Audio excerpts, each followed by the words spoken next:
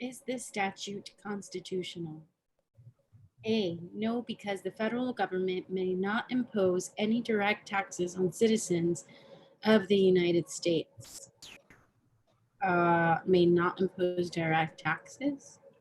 I think they can, so I'm gonna cancel that. B, no, because this statute takes without just compensation the property of persons who hold patents or copyrights on computer software. Okay, so takes without unjust compensation property. I'm going to leave that. C, yes, because it is a reasonable exercise of the power of Congress to tax and spend for the general welfare. I like that. I'm going to leave that. D, yes, because the patent power authorizes Congress to impose reasonable charges on the sale of technology and to spend the proceeds of those charges to advance the use of technology in the United States. The patent power? I don't know what the patent power is, so I'm gonna just strike that. I'm gonna read the facts now. A federal statute imposes an excise? I don't know that word, Mr. V. Excise?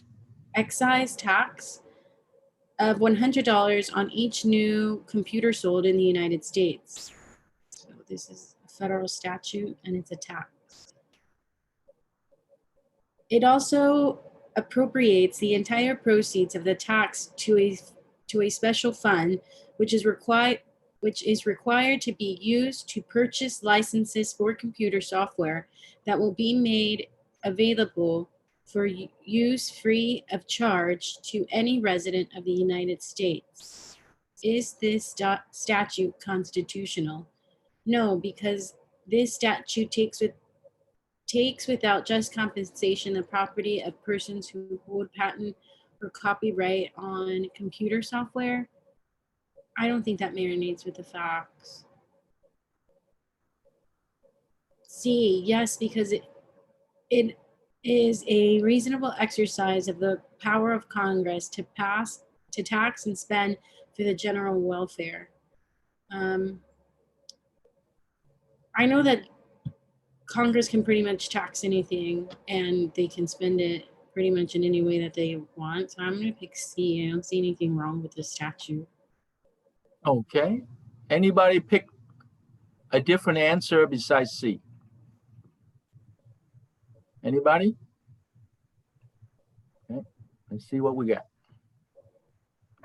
C, correct. Article 1, Section 8, Clause 1 of the Constitution gives Congress broad power to tax and to spend for the general welfare.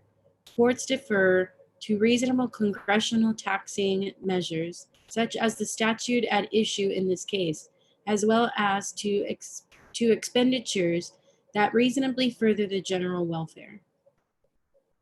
Okay. Now here's the lesson for today. First is, is the federal statute. When you see federal statute, that is the same thing as Congress. That's the same thing as Congress. Okay. So why? Because who make the law? Congress. Congress made the law.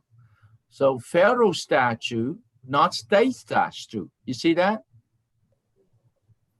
See, Congress, U.S. Congress make the law because we're in the U.S. constitutional law class. So federal statute is Congress. Okay, Congress make federal statutes. You know, the state Congress make state statutes, right? In Austin. Now, the second things that also buzz is the word tax. Okay, the word tax is also a buzzword for us. And the reason I picked these questions is that B say that, hey, normally don't pick the general welfare by itself. A general welfare by itself is not the correct answer. And we've done 2 or 3 of those where we strike general welfare. There's no such thing as general welfare power, right? The tax and spending go with the general welfare. So if you see general welfare by itself is wrong. So the taxing and spending, the general welfare.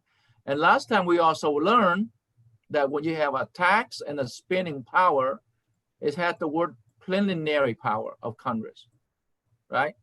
We learned that from last time. Okay.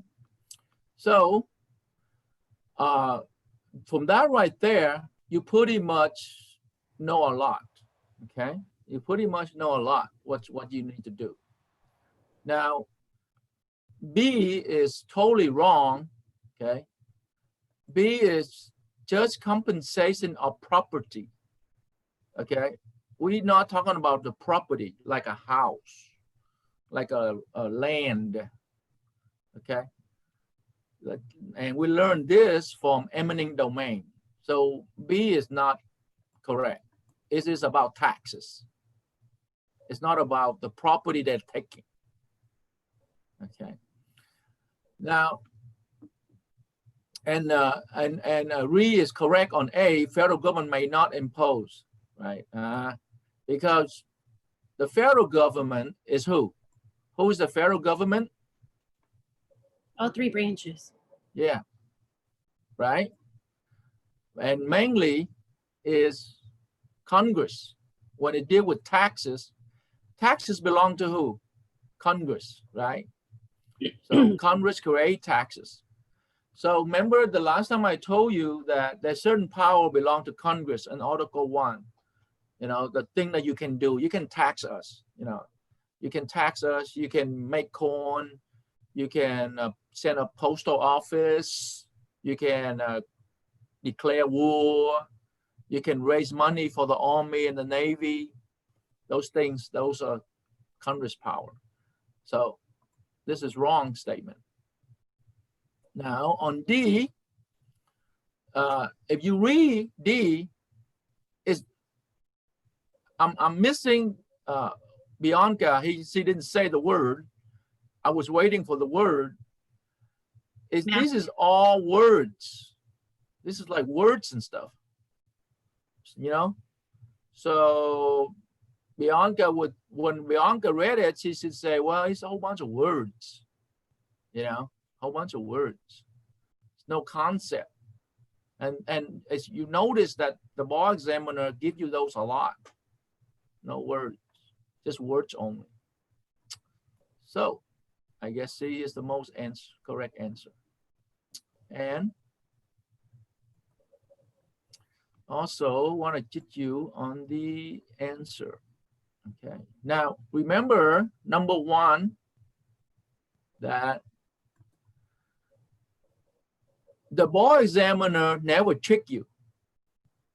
If they give you the Article 1 and they tell you what is Article 1, that's a truth.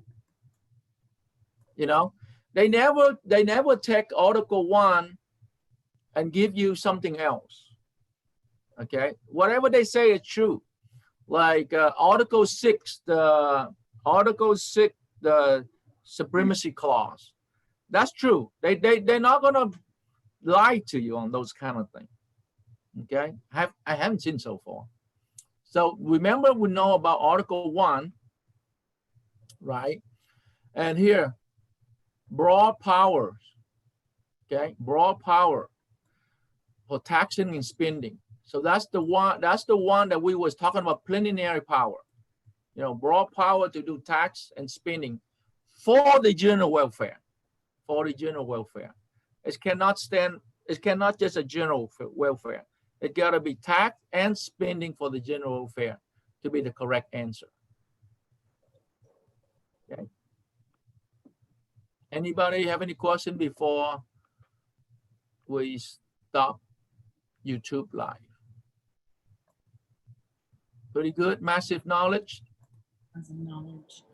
I hope you guys got it right. This is to me like a number 2. Not even close. It's at this stage, this kind of caution cannot be missed.